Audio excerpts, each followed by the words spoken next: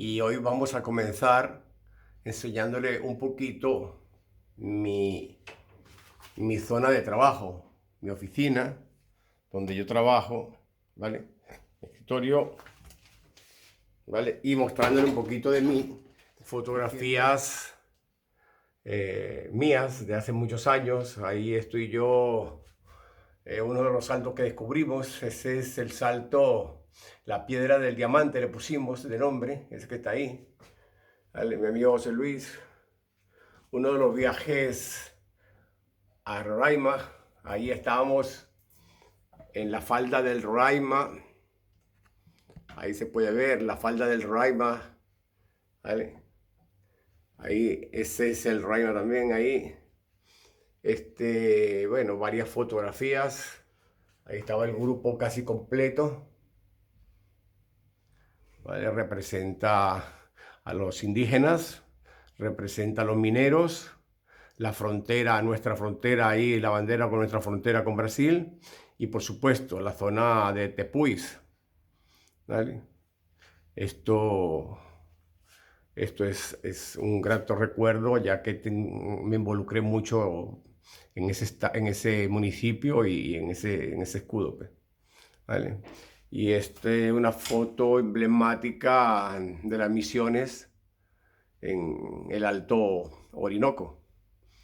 Este, Tanto se le puede dar amamantar a un niño como a un animal, ¿vale? Somos todos seres que merecemos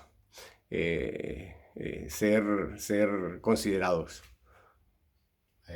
En el video anterior le hablaba de la sensación que uno tiene en la Gran Sabana cuando uno empieza a descubrir esa zona, a viajar por toda esa zona.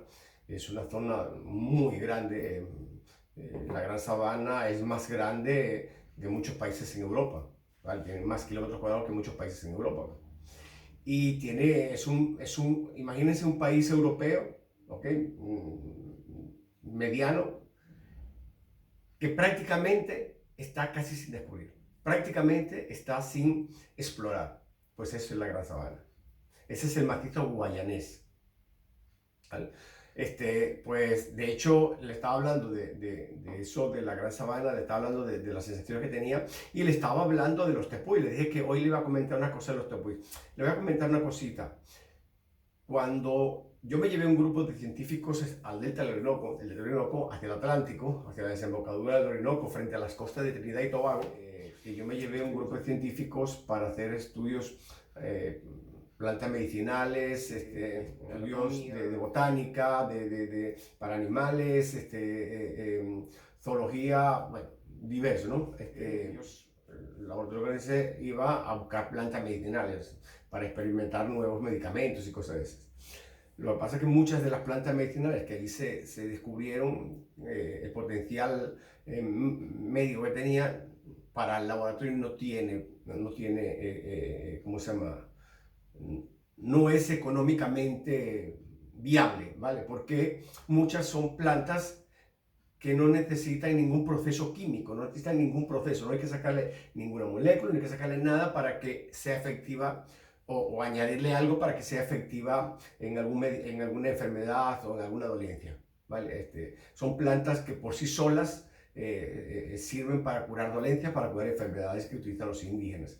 Muchas sí se fueron, muchas sí sacaron unas cuantas, por ejemplo, yo me acuerdo que una que es un helecho gigante que se da al lado, en ciertas zonas del Orinoco, es un helecho gigante que cuando llega a medir unos 2,5 metros más o menos en el helecho. ¿Saben cuál es la planta del helecho? Ese cuando se le quita la parte de afuera, la corteza, que es verde, es una corteza gruesa, tiene casi 1 centímetro de espesor, y cuando se la quita por dentro es un cristal. Es un cristal, es como una gelatina blanca, pero no babosa, sino más bien sólida, pero es como un cristal, ¿vale?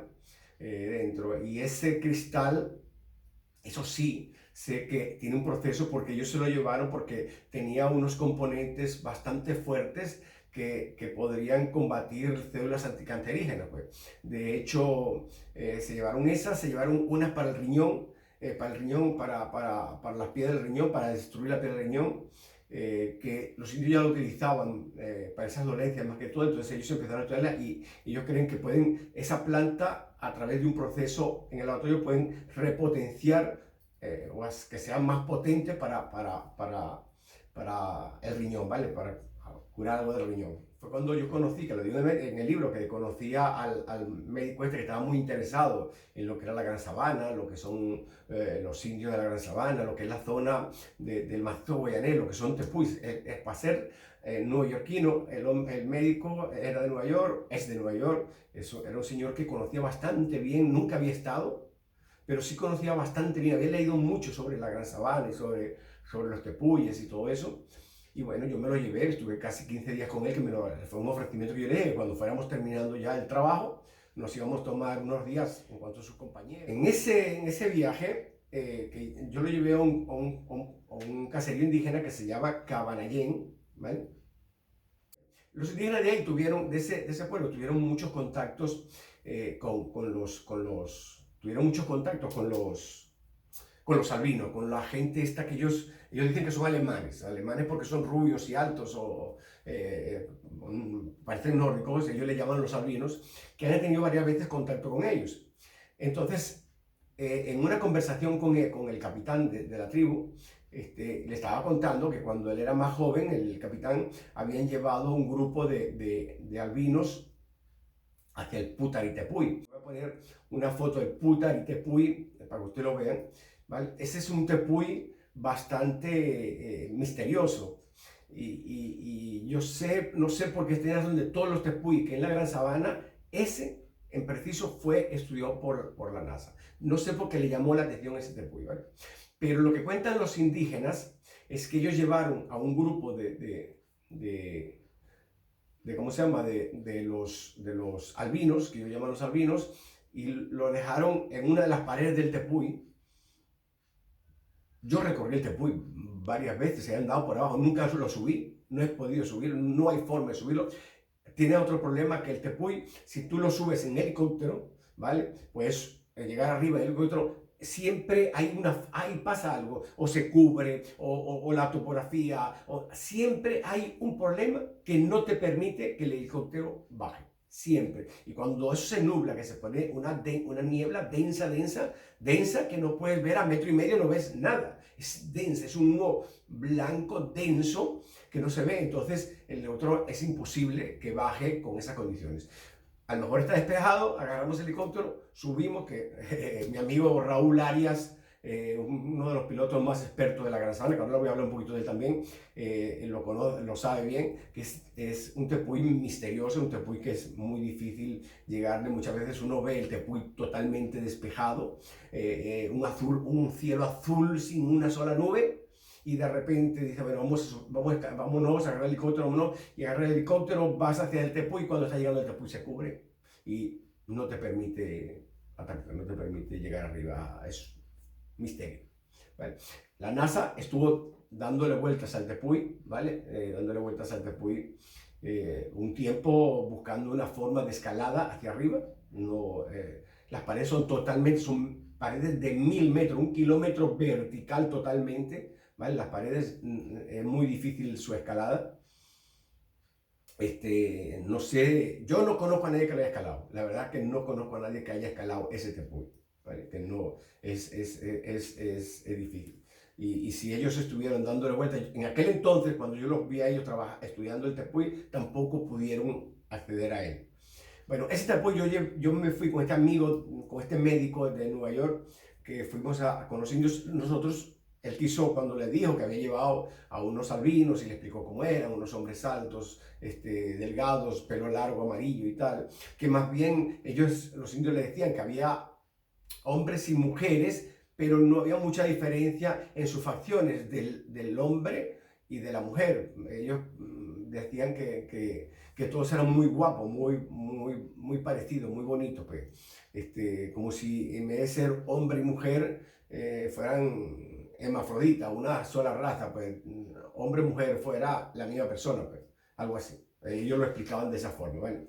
Después nos fuimos hacia ese tepuy a verlo, y llegamos al sitio donde los indígenas habían dejado a los albinos, y los albinos le habían dicho que ya se podían ir, que ya se fueran.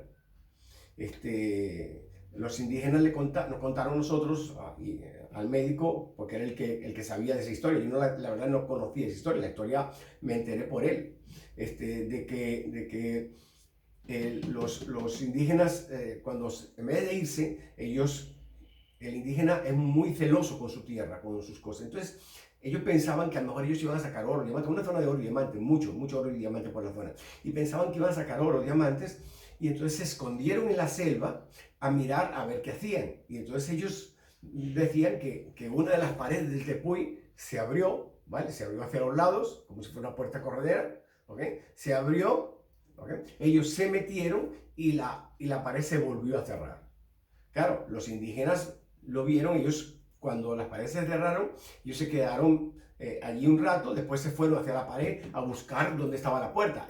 Me dicen que no. Bueno, nosotros fuimos a esa zona donde según supuestamente la puerta se abrió del tepuy. De todo el tepuy tiene una falda, abajo la falda del tepuy es generalmente muy boscosa, tiene bastante vegetación, es una vegetación fuerte, la que tiene generalmente el tepuy por abajo, por la falda, ¿vale? Y después ya empieza la pared piedra de cuarzo, que ya vegetación poca. En esa zona misma, en la parte esa, en la pared esa, donde entraron donde los indígenas dicen que entraron los albinos, es particularmente rara porque yo que conozco casi todos los tepuis, esa zona tiene la parte de la pared y la parte de la falda casi no tiene vegetación. Es una gramínea, es grama como la de la Gran Sabana, una gramínea, pero se aleja de la falda del tepuy y no tiene vegetación. Es como si algo pasa ahí que no crece la vegetación, pero solamente es ahí, el resto sí tiene vegetación fuerte. Es como que parece una entrada, la verdad que parece una entrada. Es como si tuviera una entrada limpia, ¿ok? Para entrar y hubiera tenido una puerta. Pero nosotros estuvimos allí, le dije al médico le dije, mira, lo único extraño que tienes aquí es eso, que la verdad que esta parte de la pared de este lado del tepuy es como si fuera una entrada al tepuy, pero una entrada porque no tiene una vegetación fuerte, no tiene árboles grandes. Pero el resto es normal y la pared es normal y estuvimos buscándola, dándole vueltas, mirando, viendo roces, había algo en el suelo que nos permitiera ver si había algo que corriera, algún río, algo. No encontramos nada de nada, pero los indios dicen, juran y perjuran, y el capitán que fue con nosotros, el capitán de la tribu, que él vio cuando esa pared se abrió cuando él era más joven, no era capitán todavía, él decía que tendría como 17 años, cuando acompañaron a los albinos hasta ahí y se quedaron escondidos mirando lo que hacían, pues que él vio abrirse esa pared, ¿vale? Después nos llevó al sitio y vio cómo se abría esa pared. De los tepuis es una zona tan inexplorable que hace muy poco se descubrió una de las cuevas más grandes del mundo. Imaguari Yeuta se llama en Peimón la cueva esa, ¿vale?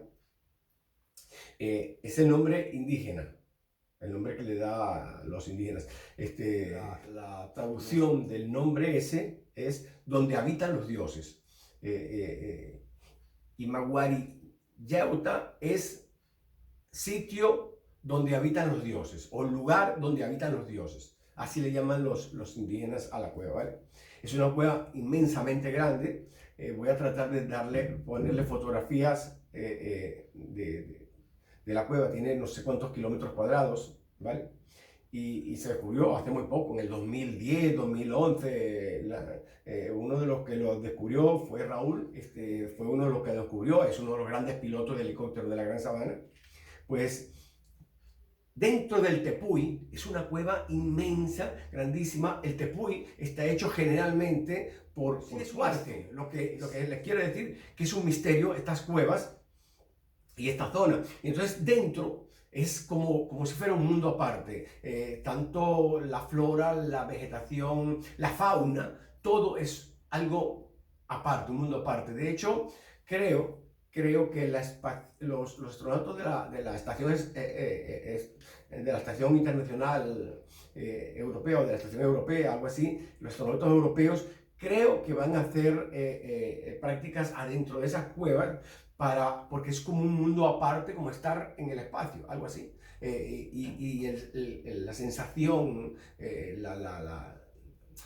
la densidad del aire, es como que si estuvieras en otra dimensión, en otro sitio, en otra cosa aparte, ¿vale? Es diferente, se siente uno diferente. Es algo que hay que vivirlo, porque explicarlo, créeme, me cuesta explicar la sensación que tienes cuando estás dentro de ese mundo, de esa cueva. Pues dentro de ese tepuy, por eso muchos dicen que dentro de un tepuy hay ciudades de ovnis, de extraterrestres, no sé. Dicen, yo he visto las cuevas, he estado en Roraima, he estado en el Allantepuy, he estado en varios sitios, he visto las cuevas, he recorrido parte de esas cuevas y es una cosa aparte, pero no he visto signos de ninguna ciudad ni nada. Pero dicen que sí, ahora son cuevas de kilómetros, pero kilómetros para adentro. Dentro se puede encontrar uno cualquier cosa, a lo mejor entras en otra dimensión, en otro mundo perdido, no lo sé. Pero lo que sí sé que son extrañas y son muy dignas de estudiar y de ver los fenómenos que allí suceden. Porque cuando esas montañas te prohíben el paso, no pasas. Es como si tuvieran vida propia, como si ellos dijeran, este no nos interesa y no vas, no entras, no hay forma de entrar. Pues. Hay que ver cómo se llega, cómo se entra, con qué actitud se va y con qué intenciones se va, porque la mayoría de las veces pasan cosas, te suceden cosas que no te permiten entrar. Entonces, por eso, después esas luces todas, la cantidad de luces que salen de esos tepuis, que se ven salir de esos tepuis, luces extrañas, llámenle ovnis, llámenle platillo volador, llámenle lo que quieran, son luces que son manejadas, conducidas por alguien o tienen vida propia. Porque hacen ¿cómo se llama? Recorridos y cosas que no son naturales. Pues. Tanto se acercan a ti, como se alejan, como se quedan estáticas, como bajan, como suben o como desaparecen. Empiezan a subir de repente y se pierden en el espacio y desaparecen pues, a una velocidad increíble. Pues. Y ¿cómo se llama?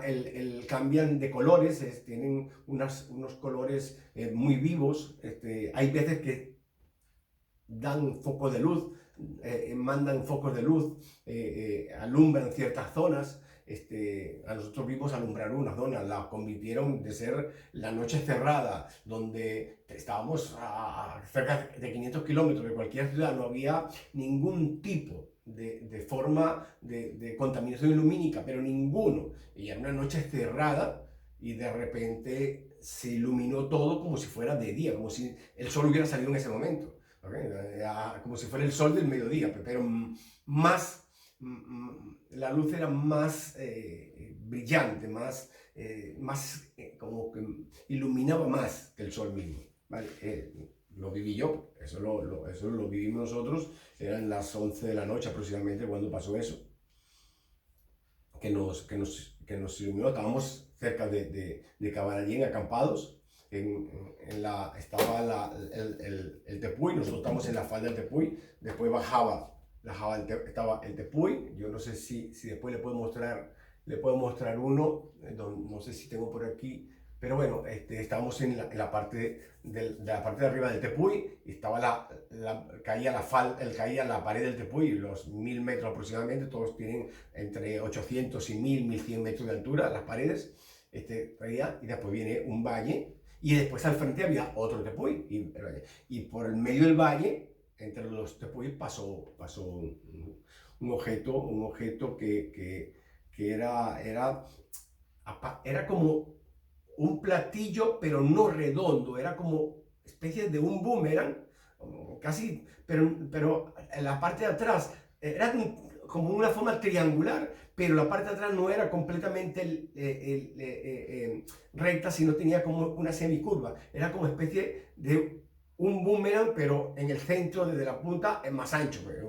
Una nave, una cosa de esas. Era una especie de boomerang y era un platillo, era delgado, porque era muy grande, y sí enfocó, metió un foco que nos iluminó a todos, lo vimos clarito, tenía como especie de unos ventanales alrededor por donde nosotros lo pudimos ver, tenía como especie de unas ventanas que tenía varias luces, pasó a una velocidad, no sé, muy poco, no sé qué velocidad llega. Lo que pasa es que en ese momento que tú ves eso, para ti te quedas como que no sé si el tiempo se detiene o pasa más rápido o no sé qué te pasa, que te quedas porque verlo pasar, de repente iluminar toda la selva abajo, toda la selva, que yo creo que si podías ver el suelo, ver las hormigas, iluminabas todo, ves pasar la nave, ese cañón entre dos Tepuy debe tener, no sé, unos 50, 100 kilómetros de largo, no sé, entre 50 y 100 kilómetros debe tener de largo el cañón ese, ¿vale? Y cómo se llama, y verlo pasar y desaparecer, para nosotros era quizás verlo pasar muy lento, a lo mejor iba a 200, 300, 400 kilómetros por hora, no lo sé.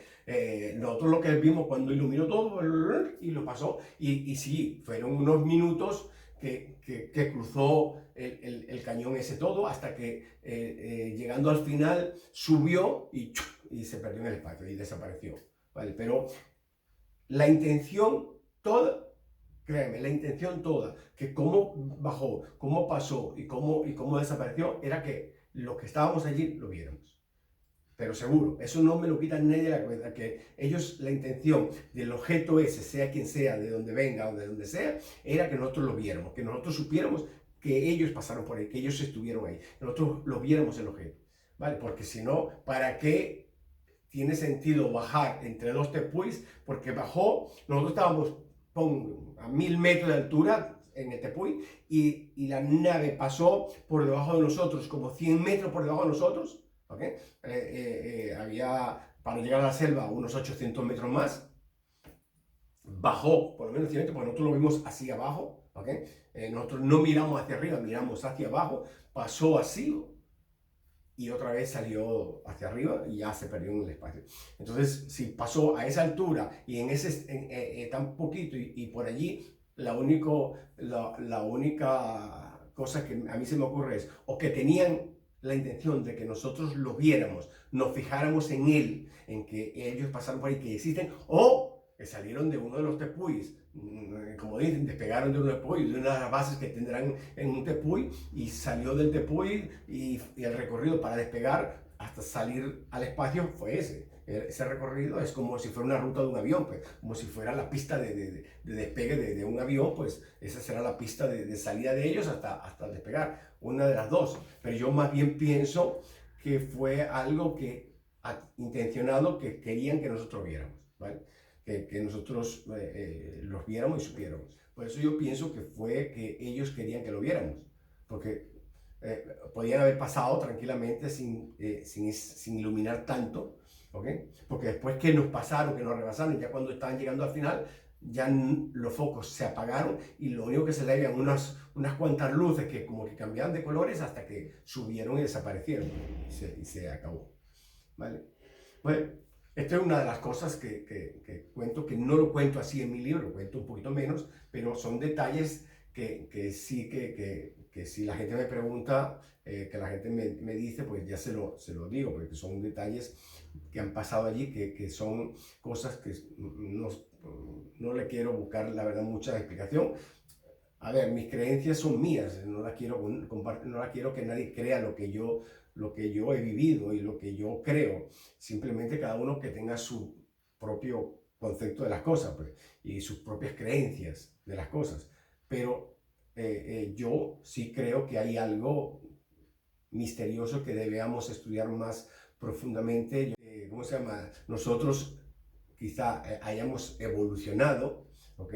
De otra especie, de otra raza, pero fuimos genéticamente manejados, genéticamente nos manejaron para ser lo que somos hoy en día y para llegar a lo que llegamos hoy en día, seres inteligentes en un planeta de seres que a lo mejor no había esa raza inteligente y se hizo. Y somos parte de esos dioses que nos manejaron, que nos manipularon para llegar a donde llegamos ahora, ¿vale? Eso sí lo creo yo y eso ya cada uno que piense lo que quiera y como lo quiera. Yo sí sé que cada vez que hay más descubrimientos, cada vez que la ciencia avanza, nos damos cuenta que cada vez hemos estado más equivocados sobre nosotros mismos. Cada vez sabemos menos de nosotros mismos, porque descubrimos cosas nuevas que muchas veces la ciencia misma, para no contradecirse, se lo calla y no dice y lo deja ahí porque es una contradicción con lo que creemos, con lo que hemos estudiado y con lo que nos está apareciendo nuevo, ¿vale? Bueno, espero que les haya gustado este vídeo. Seguiremos semanalmente, ya les dije, un vídeo semanal. Necesito que ustedes me comenten cosas, me digan cosas, que cosas que quieran saber. Y yo con mucho gusto pues se los explicaré, se los diré sobre lo que yo he vivido y mis experiencias. Vale, muchas gracias.